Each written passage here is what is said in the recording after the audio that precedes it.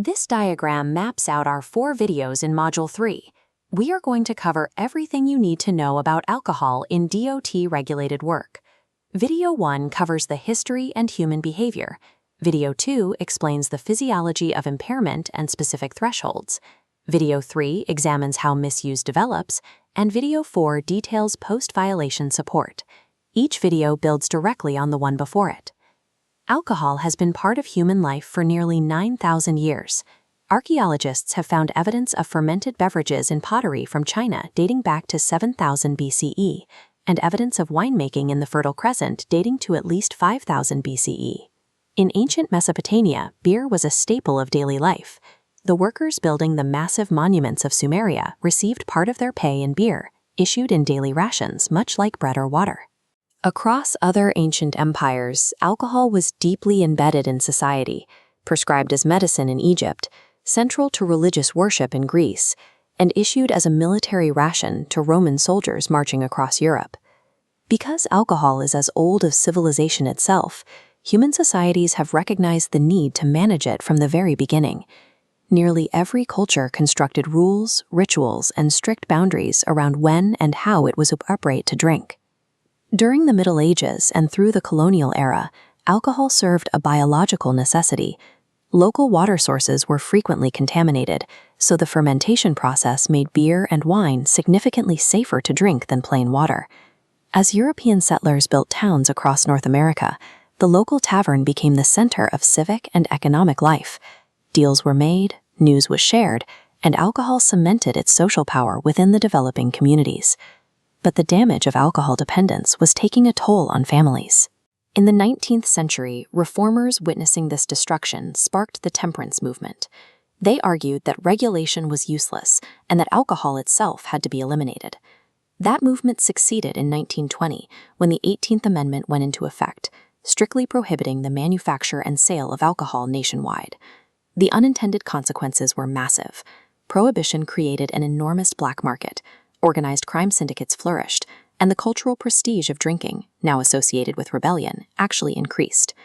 The repeal of prohibition in 1933 proved that society cannot simply eliminate alcohol. We are permanently locked into the difficult, ongoing task of managing it through careful regulation. The invention of the automobile introduced a lethal new variable into the human-alcohol relationship. Suddenly, moving at high speeds in heavy machinery meant drinking carried immediate life-or-death consequences. Yet, for most of the 20th century, drunk driving was treated with resigned tolerance. Fines were low, licenses were rarely revoked, and society generally viewed driving after a few drinks with a slap on the wrist. The cultural tipping point arrived in 1980, after a 13-year-old girl was killed by a drunk driver in California. Her mother founded Mothers Against Drunk Driving, shattering public tolerance and successfully lobbying for strict, uncompromising legislation. States raised the legal drinking age to 21, Congress set a national blood alcohol limit of 0.08, and law enforcement introduced sobriety checkpoints and mandatory jail time for convictions. As our vehicles grew faster and heavier, the societal tolerance for mixing them with alcohol evaporated. For CDL holders, the stakes are extreme. Federal law mandates license disqualification for a DUI conviction in any vehicle. This includes driving your personal car on your own time. This expanding timeline shows exactly how those penalties escalate. A first off-duty offense results in a 1-year disqualification. If you were transporting hazmat, that ban extends to 3 years. A second offense triggers a lifetime CDL disqualification. And if you look at this new branch merging into the timeline, you'll see the result of implied consent laws. Holding a license means you legally consent to chemical testing. Refusing a breath or blunt test carries the exact same professional destruction as a conviction. While the standard state driving limit is 0.08, the Department of Transportation enforces a violation threshold exactly half that, 0.04. A CDL holder's livelihood requires an elite standard of separation between alcohol and mobility. The scale of responsibility in safety-sensitive work is categorically different from the general public. Despite those heavy legal risks, we have to look at the human psychology behind drinking. People drink for deeply relatable reasons: social connection, stress relief, daily habit, or trying to cope with grief and poor sleep. When drinking behaviors turn dangerous, they rarely look like stumbling intoxication. The threat comes from hidden drinking, which takes the form of quiet habits, like having several extra drinks alone at night to unwind. This creates what is known as the high-functioning pattern.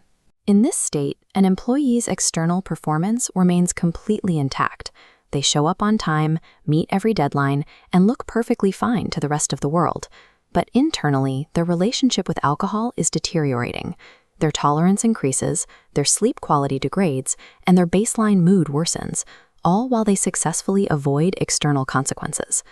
The most significant risk in safety-sensitive work comes from the high-functioning professional whose internal decline remains completely invisible to their supervisors, and often to themselves. The ultimate barrier to early intervention is stigma. Framing alcohol misuse as a moral failure or a lack of self-control creates deep shame, which forces the problem into total secrecy. We have to reframe alcohol misuse biologically. It is a physiological process where the human brain adapts to a heavily marketed, widely available substance over time. The early warning signs happen internally. Watch for drinking more than intended, experiencing mood shifts without it, and thoughts pulled toward alcohol even during the workday.